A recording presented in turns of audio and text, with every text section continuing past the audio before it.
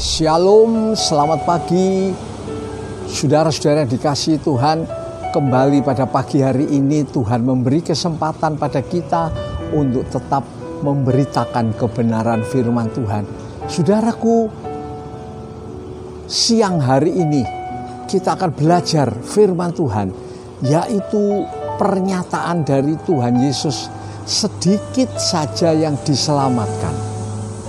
Luar biasa. Kita akan baca di dalam Lukas 13 ayat 22 sampai 24. Kemudian Yesus berjalan keliling dari kota ke kota dan dari desa ke desa sambil mengajar dan meneruskan perjalanannya ke Yerusalem.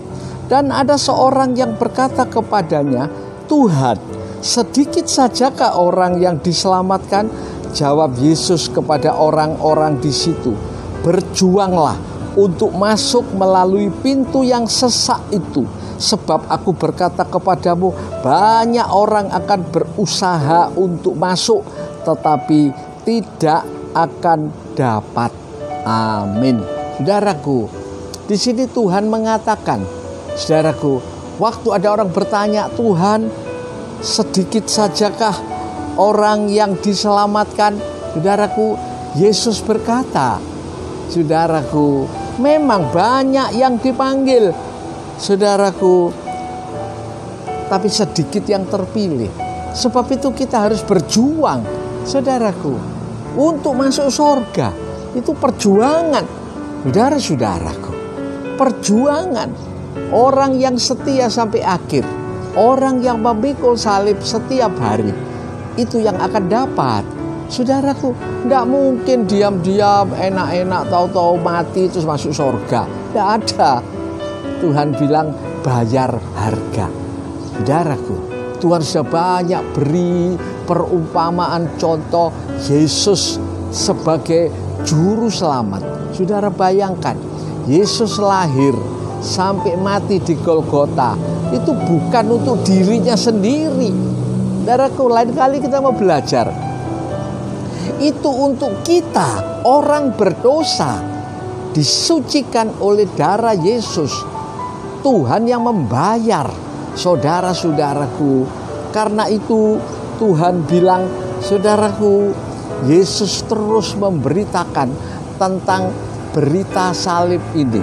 Saudaraku, yang masuk surga itu tidak banyak, saudara.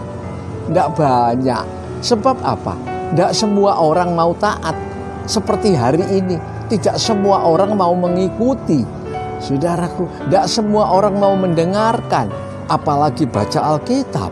Saudara-saudara, untuk memberikan sedikit dari harta miliknya saja banyak orang berat. Saudaraku, tidak banyak, tapi ada orang-orang yang setia dan taat dengan yang kecil, yaitu perkara jasmani. Saudara, harta, kekayaan itu barang yang tidak ada artinya di hadapan Tuhan. Nanti akan dihabiskan semua, saudara.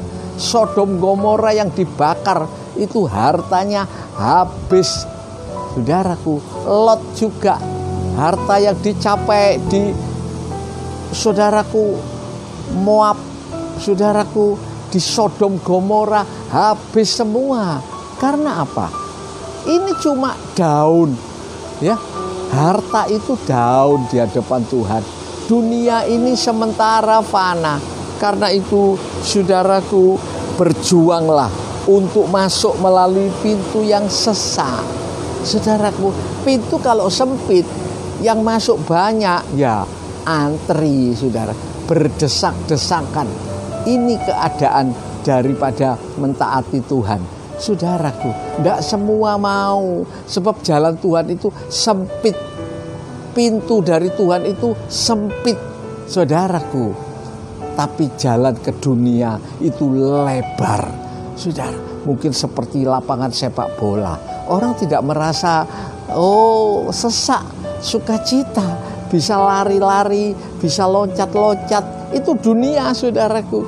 Saat ini manusia, saudaraku, selama ini berlomba-lomba, bersukacita, menyukakan kesukaan daging, kesukaan keinginan jasmani, jalan-jalan, keinginan mata, keinginan tubuh, dan hidup dengan kesombongan. Saudaraku, ini dikerjakan manusia. Mereka berlomba-lomba, saudaraku, supaya bisa menyenangkan kedagingan. Tapi Tuhan habiskan semua itu. Habis, saudara. Dan harus lewat pintu yang sesak. Sesak, saudara. Mentaati Tuhan itu tidak mudah. Itu harus lewat perjuangan, kemauan. Saudaraku, karena apa? Saudara, karena apa? Sebab keinginan daging dan roh itu berlawanan. Roh selalu ingin taat pada Tuhan, tapi daging maunya nuruti keinginan sendiri. Saudara-saudaraku, karena itu berjuanglah, harus kita kerjakan, kita lakukan, kita lawan. Saudaraku, ini tidak otomatis orang jadi baik, orang jadi sabar, orang jadi jujur. Itu hasil pengolahan. Saudaraku, Musa orang yang keras, orang yang penuh. Saudaraku, Musa orang yang kasar, tapi waktu berjalan dengan Tuhan, diolah oleh Tuhan, masuk pintu yang sesak ini. Dia jadi orang yang paling lemah lembut di muka bumi. Firman Tuhan katakan, Bilangan 12 ayat yang ketiga, lemah lembut, saudara. Dikata-katai saudaranya sendiri, Miriam, Harun. Musa cuma diam. Musa tidak bereaksi. Luar biasa.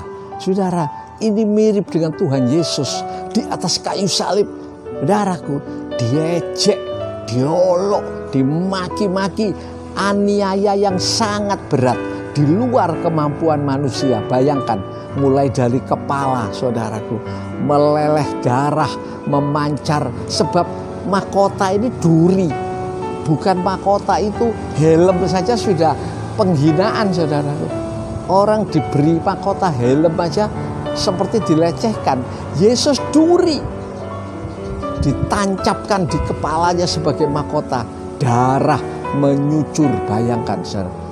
Ditelanjangi, digantung di Golgota, di kayu, dipaku, bukan main. Saya pernah melihat paku dari saudaraku yang ditunjukkan untuk pameran Alkitab itu.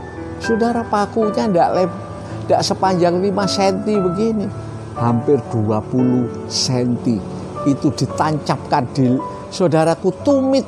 Jadi bukan di kakinya, di tumit belakang kaki paling belakang, ditembuskan di situ.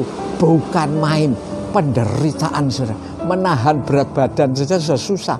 Ini ditambah paku lagi, penderitaan luar biasa. Tapi Yesus tahan sampai akhir. Di atas Golgota Tuhan berkata, sudah genap, sudah selesai. Saudaraku, Yesus keluar sebagai pemenang yang luar biasa. Itu sebabnya di dalam nama Yesus orang mengusir setan. Di dalam nama Yesus orang menyembuhkan segala penyakit. Di dalam nama Yesus orang diampuni dosanya. Coba, luar biasa. Karena apa? Lewat pintu yang sempit, sesak, saudara. Tidak semau gue. Kalau selama ini kita jalan sendiri-sendiri, menurut apa mau keinginan kita, hati kita, itu orang luar. Jangan harap ikut di dalam pintu yang sempit. Dia ada di jalan lebar. Berapa gereja orang Kristen di seluruh dunia, saudaraku, mereka berada di jalan lebar, jalan sukacita. Saudaraku, mereka cuma bersenang-senang, hidup tanpa batas-batas, pernikahan yang kudus, hidup dalam hawa nafsu. Itu cocok untuk daging, cocok, saudaraku. Dan orang ini terhilang, binasa. Karena itu, saudaraku, siang hari ini kita belajar masuk pintu yang sempit, pintu yang sesak, supaya kita tidak terhilang. Tetap semangat, tetap sungguh-sungguh. Kita berdoa pada Tuhan. Kita berdoa pada Tuhan. Ya, kita serahkan dalam tangan Tuhan. Bapa dalam sorga, Tuhan melihat saudara-saudara kami yang hatinya rindu berjalan dalam jalan yang sempit, jalan yang sesak, yaitu pikul salib menyangkal diri. Berkati mereka Tuhan. Dalam nama Yesus, Engkau tolong saudara-saudara kami yang sudah mendengar. Oh, para pemirsa jemaat GTI saat ini, saudara berada. Tuhan berkati mereka. Terima kasih Bapa. Segala puji, hormat, kemuliaan bagi Bapa dalam sorga, di dalam nama Tuhan Yesus Kristus. Kami berdoa dan ucapan syukur, semua yakin dan percaya, bersama-sama mengatakan amin. Shalom saudaraku. Dalam kesempatan yang akan datang kita tetap berjumpa lagi. Tuhan memberkati. Tetap semangat. Haleluya. Haleluya.